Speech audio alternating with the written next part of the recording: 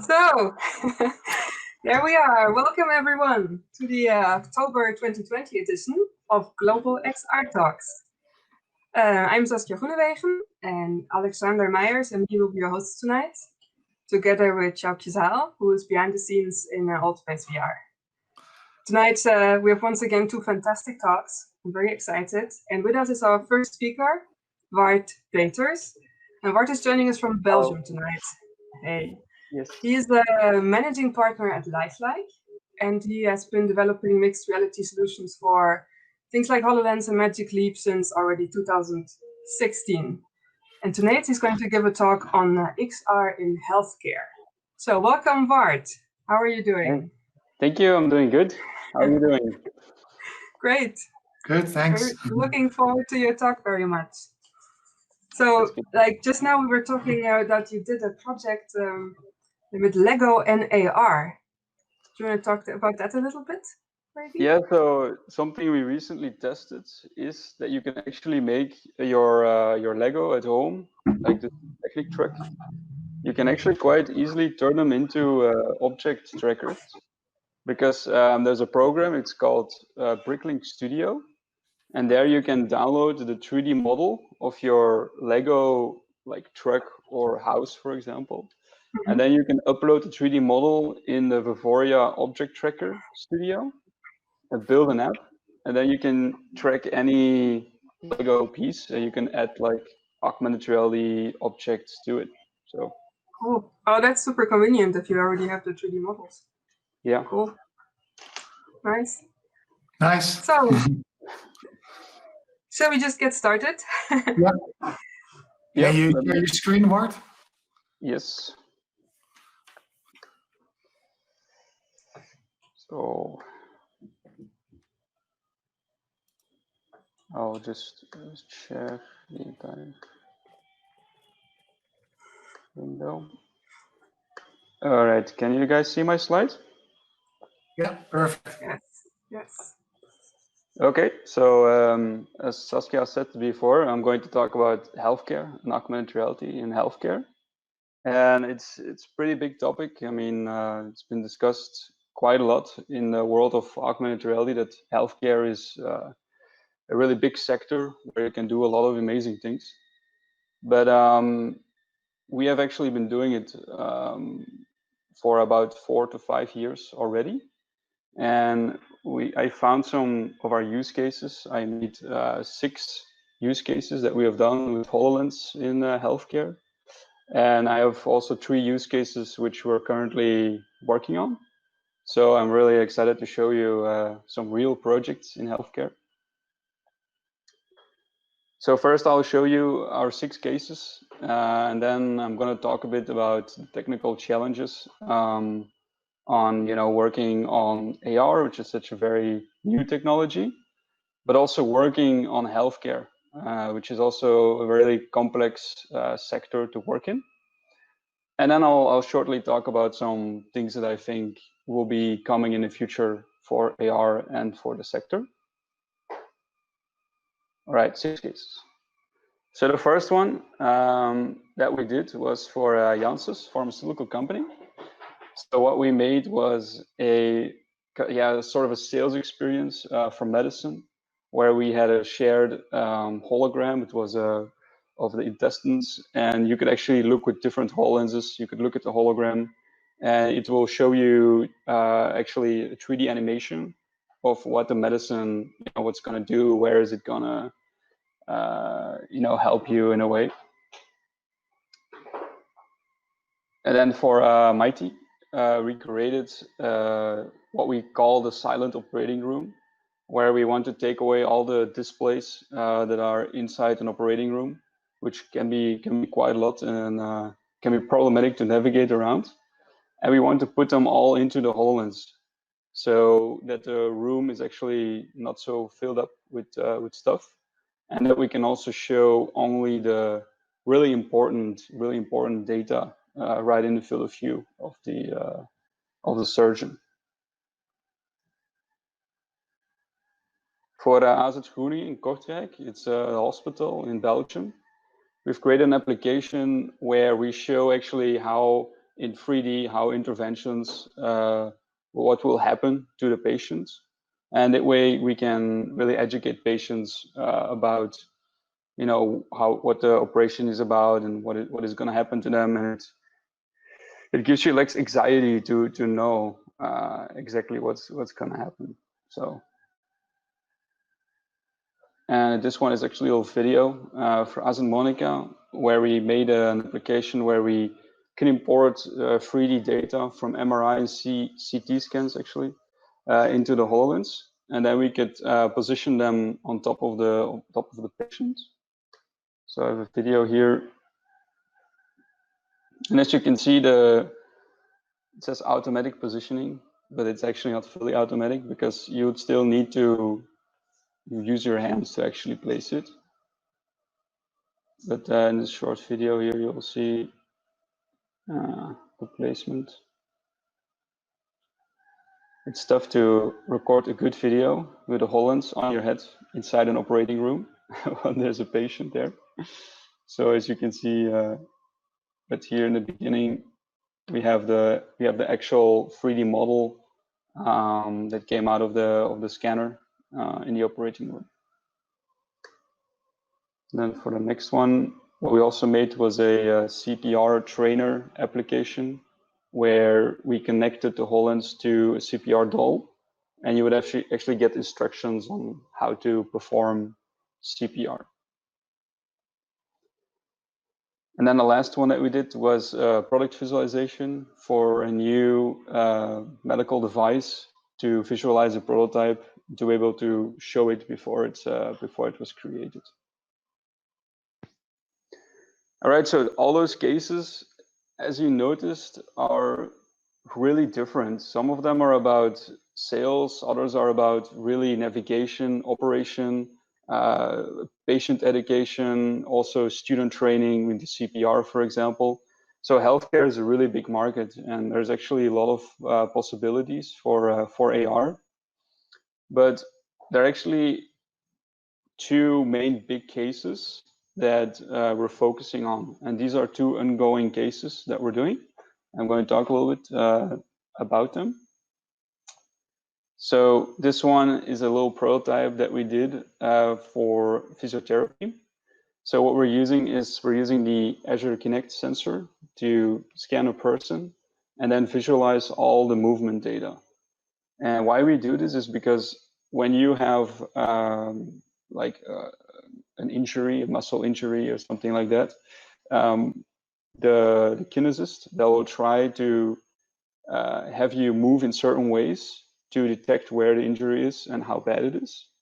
But with a Kinect, you can actually let the computer see the movement and decide, you know, what is going on and do a whole analysis, much more accurate actually than the human eye. And you could also do it remotely. So you could stand in front of a camera somewhere, you could stream the data over to an expert who will then give you advice on what's going on. There's another case that we did, which is an ongoing one. So it's for the AZ Maria Middelres Hospital. It's a hospital in Ghent, also in Belgium. And we made two HoloLens applications there. So the first one I'll explain here in detail in my next slide is the tissue damage measurement. So this was to support a study. So while doing an hallux valgus operation, which is an operation on your big toe, the surgeon will visually see damaged bone tissue and non-damaged tissue. And the study was to measure how many of the cases have a certain percentage amount of damaged tissue. And to do that, we created a HoloLens app where, as a surgeon, you could actually you could actually take a picture, and then in the interface, you could click on the damaged tissue, and you could like align it, and then you could save it in the cloud, and so that we could make a report after 500 surgeries. We could make a report of how many had more or less damaged tissue.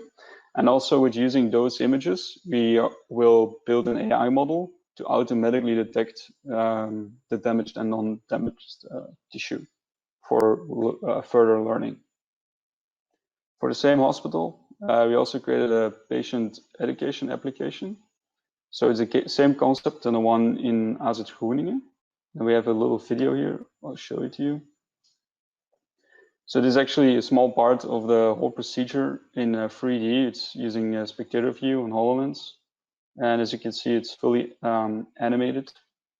And it shows you step by step the full operation of what's going to happen. And we tested this in a hospital, and it's now being used on a daily basis. Nine people a day put on the HoloLens, see the animation. And about 10% of the people decline it because they don't want to put on the HoloLens. They're scared of it. But it's actually quite surprising what a good reaction got from that. It was more as an experiment. We wanted to see if it's also elderly people. So we wanted to see if people would really want to see it or not. So we're quite happy about the results. And then what would be our biggest case so far is the Sarah case. So in the Sarah case, what we're trying to do is we're trying to generate 3D models out of CT and MRI scans and place them on top of a patient in the operating room while doing surgery, and adding extra navigation visualization tools to actually make the surgery less invasive and much faster. I'm going to play a video here, but I want to warn people who are not very good with medical images, so it might get a little bit gruesome, but there's no blood or anything, but it's just a little warning. So as you can see here in our program, we have completely segmented, but I'll come back to that, segmented the CT MRI images into a 3D representation. And then what we're doing here, we're actually registering the patient so that the HoloLens knows exactly where the anatomy of the patient is in real life. So it creates a point cloud of the patient. Okay, in this image, you can see it nicely. So what we're using here, when you can see my mouse in the middle of the screen, there's a Dr. Johnny, and he's holding the stylus instrument, which has some infrared little balls on it. And the HoloLens has an infrared camera and can actually track those. So what we're doing is we're trying to find the correlation between the anchor, which is down at the bottom, also has this infrared balls, and the patient. So while in surgery, the HoloLens can only detect the anchor, but it knows the deviation from the anchor to where the patient is laying. And that way we can actually overlay the images on top of the patient. So here you can see we're creating points. And then a little bit further, here we'll show the outcome. So on the left side, you can see still in the video, you can see two infrared balls. So these are the ones that the HoloLens can actually track and see because of its infrared sensors. And then it knows exactly where the patient is laying, and it can place the 3D models on top of the head. Because earlier in the video, as I explained, we did this registration using the stylus. It wobbles a little bit because the recording, if you start recording HoloLens, it also always has a little bit of a deviation. So this is where we're at today. I think, I'm not sure if there's something else I can show you. Okay. So here we're showing that you can, once you've got the images in the HoloLens, you can actually start showing and fading different layers, for example, the skull, brain, tumor. And here you can very clearly see that this person has a tumor, and you can actually see it right there on the screen. And for those of you who are wondering, the operation was successful and the tumor was removed. So that's good to know. Okay. Now the question is, why would you want to overlay these images on top of the top of the patient, because we're doing operations today and everything is working out. So why do we need this extra technology? So one thing is that you have your patient laying on the table and you have your screens with all the data and information all around you. And as a doctor, you have to sort of switch between looking at the patient, where you have the bones or the skull, or depending on the operation, and you would look up and see, DICOM images. So you would see CT scan image, and you look back down, look back up, look back down. And this is annoying, And if we can use augmented reality, we actually don't need to look away from the patient. You have to imagine you're holding a drill, for example, which is very commonly used in operations as a drill. And you're pinpointing it, but you're looking at the screen, and you look away from your drill, and you lose a little bit of that visual accuracy. Also, one that we found extremely important is that in an operating room, screens are of course 2D images. So if you've ever seen a DICOM image, it's just a slice of, for example, a brain, and it will show the doctor, like, okay, or the surgeon, here is a tumor in this 2D slice. But then the surgeon has to, in his or her head, he has to project where that location is on top of the surface of the patient, which is, of course, is a 3D surface. It's a sphere, right? In the case of neurosurgery, in the case of the head. So you have to be really good at this spatial understanding. And it's something, of course, as a surgeon, you train for by testing, but it's something we can improve on. It's something that's actually not needed once you're using augmented reality headsets. You don't need to do this understanding anymore, because the AR headset shows a 3D image on top of your patient already. Another one is when you look at a patient in a certain way, the screens that are showing you all the information, they're not going to change their view. So if you look to the patient to the side or to the back, the screen just shows you a certain preset view. And that's something we can do with HoloLens. So we can actually look to the side and we can see the tumor, for example, from a different direction, which is really, really useful thing to do. And then in one of our operations that we focus on is drain placement. So drain placement is where if you have a blood clutter, for example, in your brain, and you need to actually place a drain inside your brain to take away the excess blood that is flowing through your brain. And for that, you need to drill. First, you drill in the skull, then you push a drain all the way into the brain, and then you can start getting rid of the excess blood. But studies have shown that in 1 out of 5 cases, the drain is placed wrongly, which is really not nice, because then you have to drill a second hole in somebody's head. And it doesn't sound a lot, 4 out of 5 cases, but still 20% of the people, and it's still something that can be really improved. And this is something that we want to make this, this certain operation with HoloLens, we want to make it 100% perfect. Also, the learning curve. So we have done a lot of tests with expert surgeons, with starting assistant surgeons and doctors, and also students, and also people who have never ever done anything surgery-wise, like me, for example. And we've really seen that AR in general makes it easier to be more precise. So if you use augmented reality, you flatten the learning curve. You can quicker get a better result without having to have a really massive amount of experience. So that's very useful. By the way, on the right side, there are also some companies placed there. And these are actually all the universities and companies that are in this project. So it's a conglomerate project of different companies that are all working together to make this idea a reality. All right, so here I'll go a little bit more into technical details. Of course, with all these projects, it's always sad, a little bit sad, because they're quite confidential. But I can show you these images, so I'm quite happy about that. So first, visually wise, gonna drink some water. Visually, we start with DICOM images. The DICOM image is exactly what you see on the left side, the black and white skull that you see over there. And then we need to get them into the HoloLens and have them, as atomically correct as possible.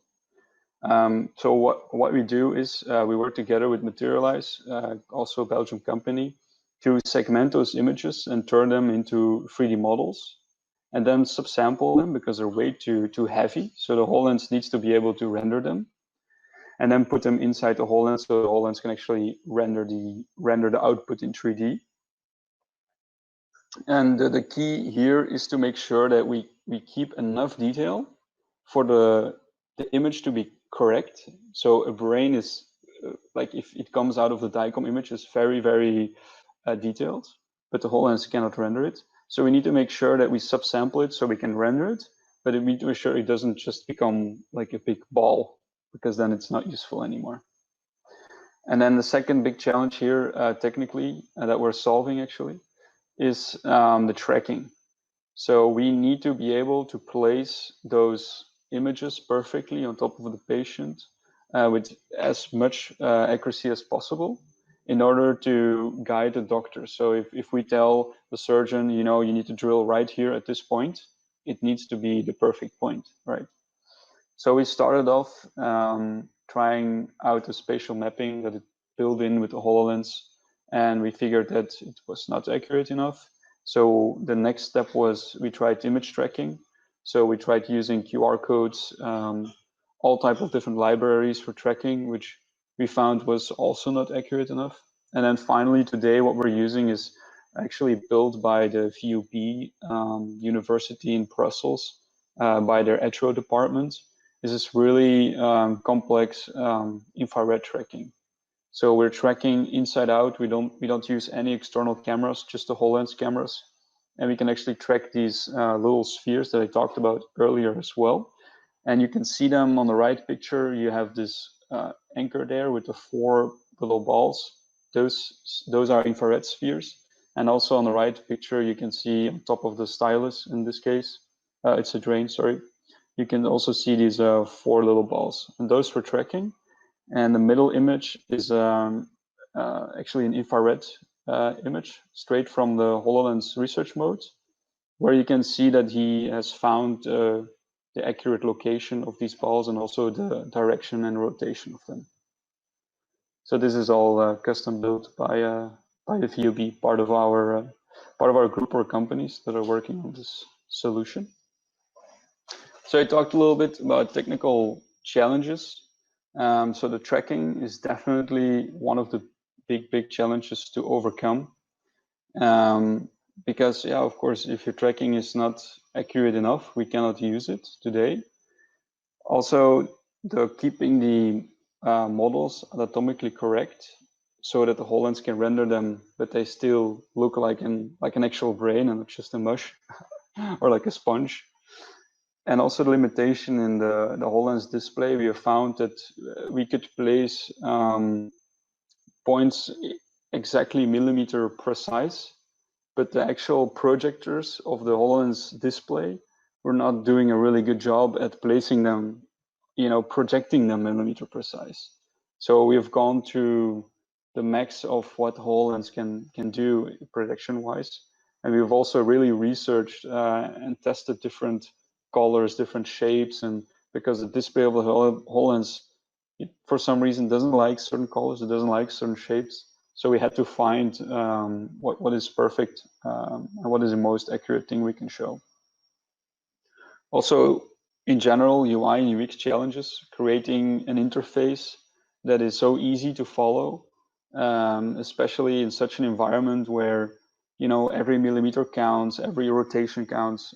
So we had to really think about, okay, we need to find the right workflow to optimally show the surgeon what he or she has to do and where to place a drill, for example, and how to rotate the drill in a certain direction. And then, of course, practicality in the operating room.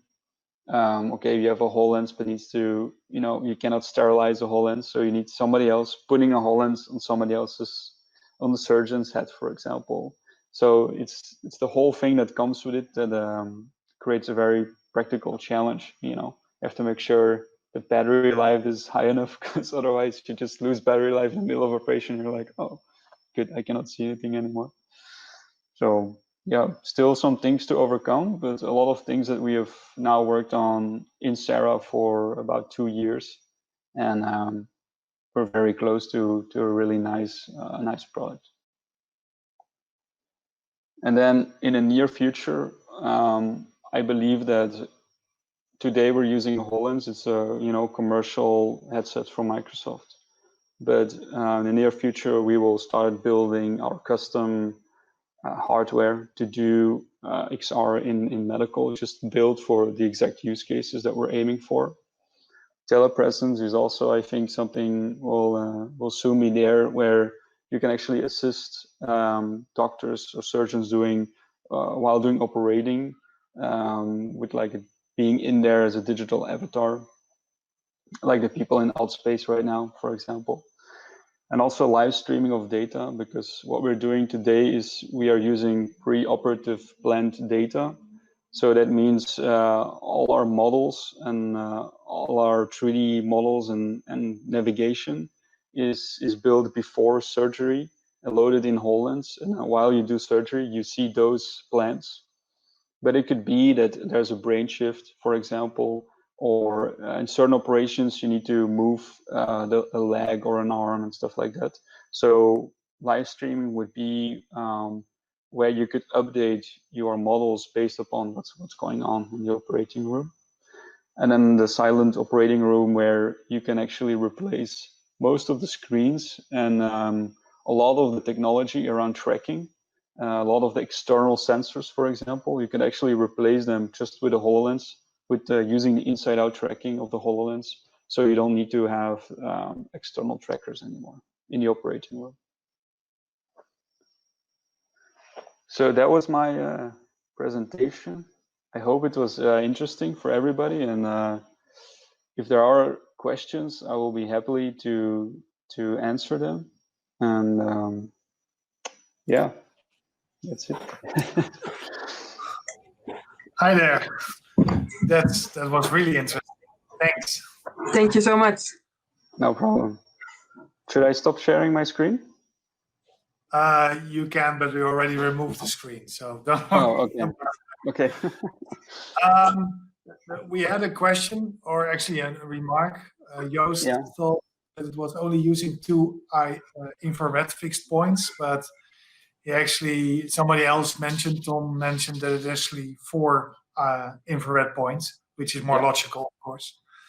From my point of view, I'm just wondering. I know the tags are not that accurate, and especially the spatial mapping isn't. So you used additional hardware to actually achieve it. What is the accuracy? Is that millimeters, or is that, or? So in the case of the Sarah project, we're actually completely using the trackers on the HoloLens. We're not using any external sensors. Okay. But external sensors are really very commonly used in the operating room. But it's our idea to stick to the internal sensors, so we can get rid of all the external sensors. Cool. And this was actually built at HoloLens 1, I presume. Mm-hmm. Did you already try it with HoloLens 2, and have you seen differences? Yep. So HoloLens 2, we haven't actually tried it yet, just because research mode wasn't out yet. I think it came out about a week ago, if I'm not sure. But we need the research mode on the HoloLens to track, to get all the raw data from the sensor. So we were waiting for that. I get some additional questions. So Tom Mensink asks, you were showing Medtronic in the beginning to track the patient's head. Did you get the offset pose from reference star to the head from Medtronic to HoloLens, position the holograms overhead? So to be honest, when we filmed the video at that moment, we didn't have registration ready yet to be recorded. And it was actually a French TV channel that came in and recorded with us. And we wanted to show the concept idea behind the whole setup. But our registration code wasn't ready to be shown on television because it was still super bulky. So we just showed the Medtronic system to explain the idea behind it. But actually today, last week, we actually finished our own registration system that is purely Hololens based and purely on the trackers without any external systems or Medtronic systems. Nice. I have another question from Roland Smink. That you mentioned the use of IR markers. So he wants to know if it is active LEDs or retro-reflective markers. I don't know the difference. They are markers that we got in a closet out of the operating room. Because they're quite expensive. They looked like retro-reflective markers to me, personally. Yeah, like they're not actively blinking or anything, right? They're those like white balls that reflect infrared light. Yeah. I might have them in a closet here. They don't require any energy or something. They're just really a reflective marker. Yeah. And an additional question he had was, what's the update rate and accuracy of the marker tracking? Yeah, you can imagine that you're going to get these questions because HoloLens is, of course, by default not that accurate. Yeah. And yeah. So to be honest, you don't really need speed in an operating room. There's no surgeon waiting to shake his drill around, or it's really about fine movements, really millimeter precise movements, and it's okay to wait half a second before the image updates. It's really not a big issue, but the problem is we can actually make it really fast. The only issue that on research mode, if you get the raw data from the sensors, it runs at 15 FPS or 30. I think it's 50, between 15 and 30 FPS. And so we cannot really go higher than that just because research mode is locked at that. Yeah. Actually so you're using research mode for this? Yes, we use research mode because we need the raw sensor data. I actually have the markers right here. An assistant gave them to me. So this is a stylus. So the position is important for the Hololens camera to know which tool it is. This one is an anchor, right? And we could actually make any shape and then we could register it at as a certain tool. Is it a drill or is it attached to a drain or anything like that? Cool. So Is the just wondering from my side. Oh, sorry, go on, Saskia. Okay, so my question, is the research mode the reason why you use the HoloLens instead of the Magic Leap? Or what was the reason? Because we started the project before Magic Leap had its first device on the market. I think that is probably the main reason why we're using HoloLens today. And we actually, just because we were building at that time too far in the project already, we never thought about making the switch to Magic Leap.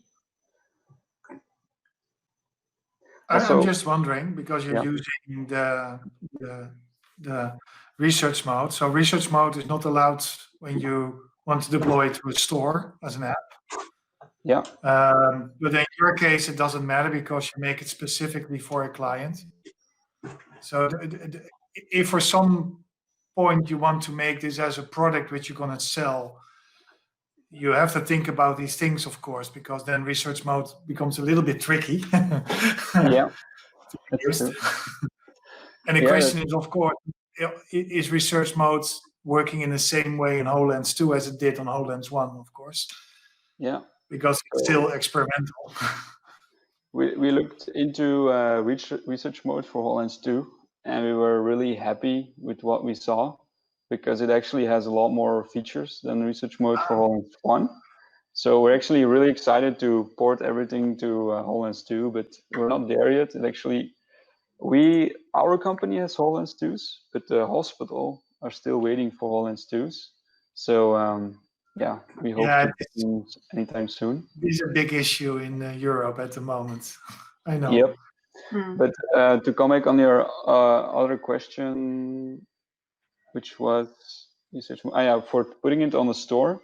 So today, the Sarah is a really big research project. So we do, every partner that is in there has individually found out like, why do we want to invest in this, and what are we going to get out from it? Yeah. And putting it on the market is, of course, something we want to achieve in the long term. But then we have to figure out how to do that with research mode. But also Microsoft or otherwise outside the store, because that's still possible. Yeah. So the reason why they don't want research mode in the store is because of also privacy issues, that you could stream the data to a cloud and you could actually see somebody's room, for example. And also because they're scared that we could be able to hack a HoloLens device with it. But our solution will probably come with a HoloLens. So it will be, okay, you have a HoloLens pre-installed, the app is on there, and if something breaks, you send the HoloLens back to us. So it won't be used in the HoloLens itself. No, you actually deliver one package. Exactly. I think one of the also reasons of not putting it in was not allowed in the store was had to do. I also understood that was something to do with ethical reasons, because it can be used for things which are not that good, to be honest. Yeah. We actually got another question from Roland. Yeah. So he is actually interested in the resolution of the raw DICOM image that you're working with. Can you share that something about, or? I don't know it out of my head. The resolution of the DICOM images. I can look at them and look at the resolution. But we work with for getting the DICOM into a 3D model into HoloLens. We work with our partner Materialize, and they're actually specialized in everything preoperative planning wise. So those technical questions are probably more for them to answer. But I think it's just the general resolution. Yeah. I cannot answer it completely, I think. So at the moment, it's a research project, right? Yes. How far is it from being market ready, do you think? Like, in how many years will surgeons be actually using something like that in a hospital, if you would have to guess? That's tough, because it's not because we can technically get it perfect that it will be adopted quickly in the sector. So there's a difference there.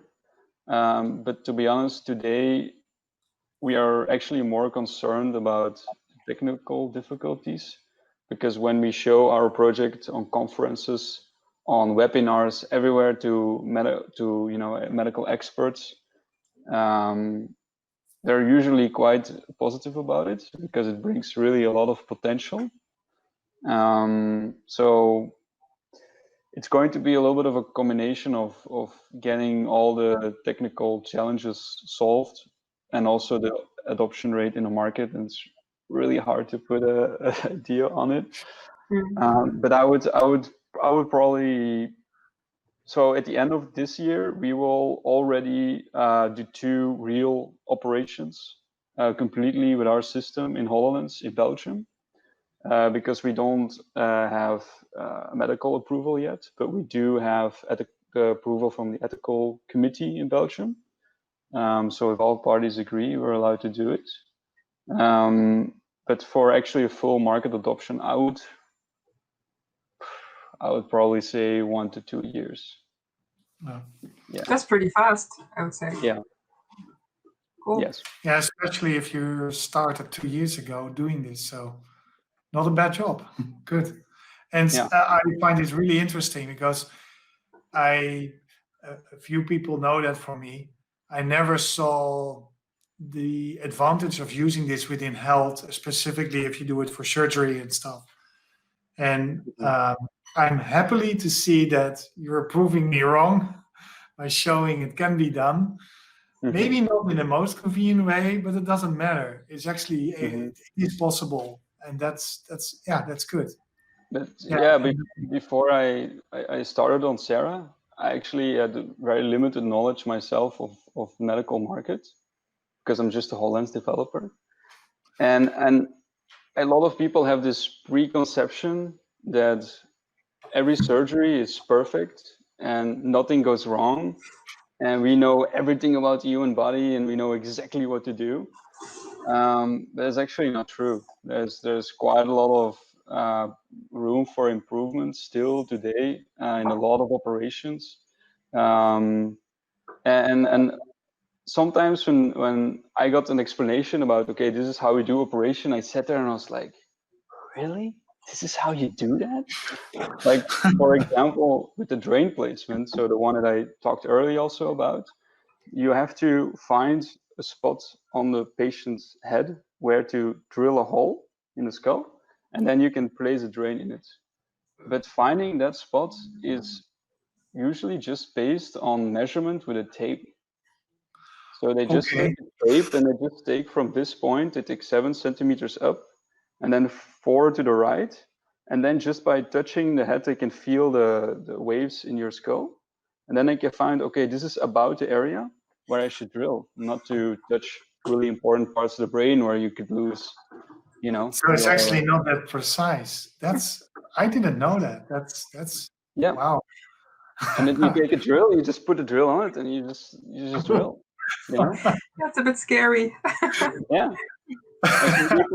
People always think like, they have, I don't know, X-ray vision built doctors are, they're superhumans. They are superhumans, but today there's still margin to make things, better and faster. There was another question coming from Jake Shearer. What's the highest seen poly count draw calls you can achieve without dropping the frame rate too low? I think that's a really interesting one because I think that's not only something which you have to take into account with an application, because to keep applications as running as smooth as possible, you need to keep on your 60 frames per second or higher. Yeah. But in your case, it's really important to keep on that level.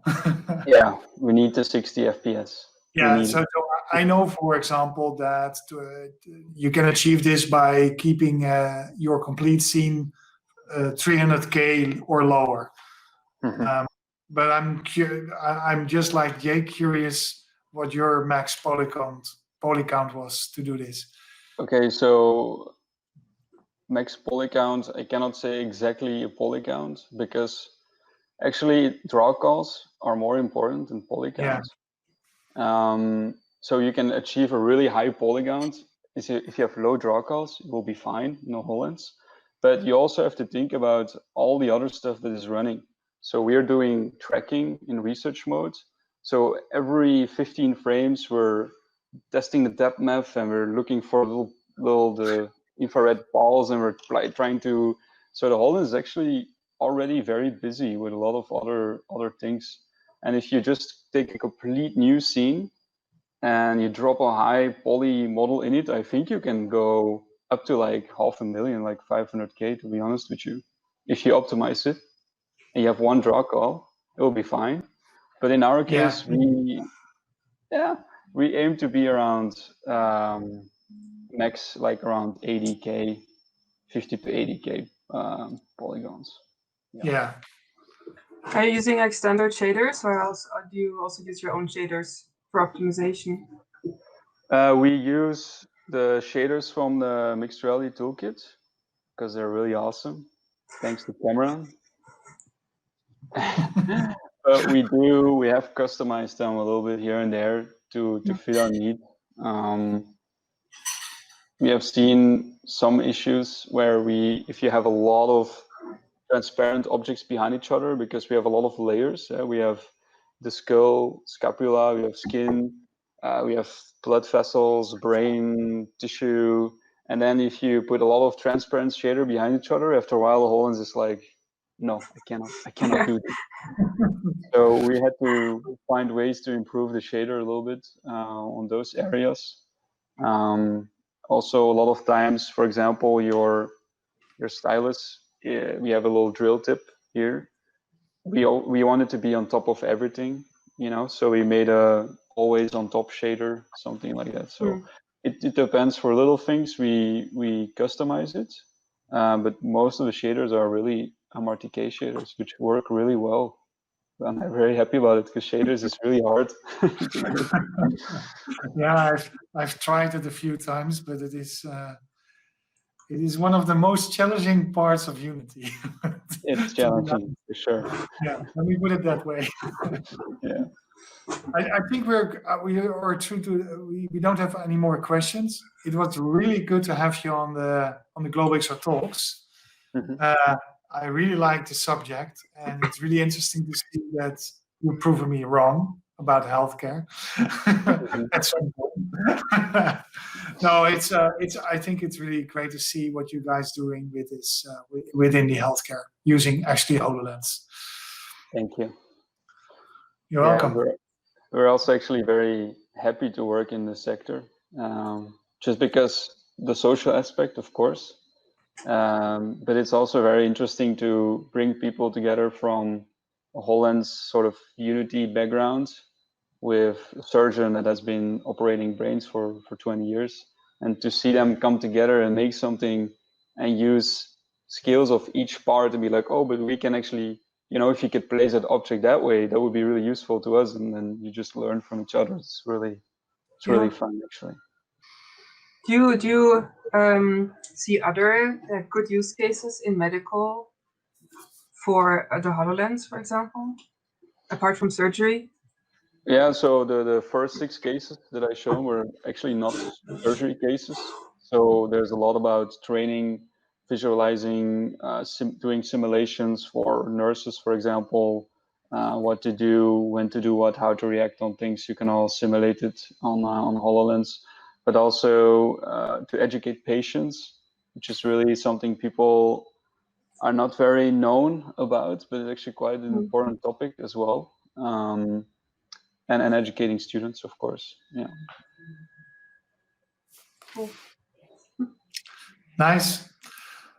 Now, let's wrap it up then, and let's continue to our second speaker. So, Wart, thank you again. No problem. And hopefully we see you soon. Sure. Thank you very much. Thank you for having me. Stay safe. You too. Bye. Bye-bye.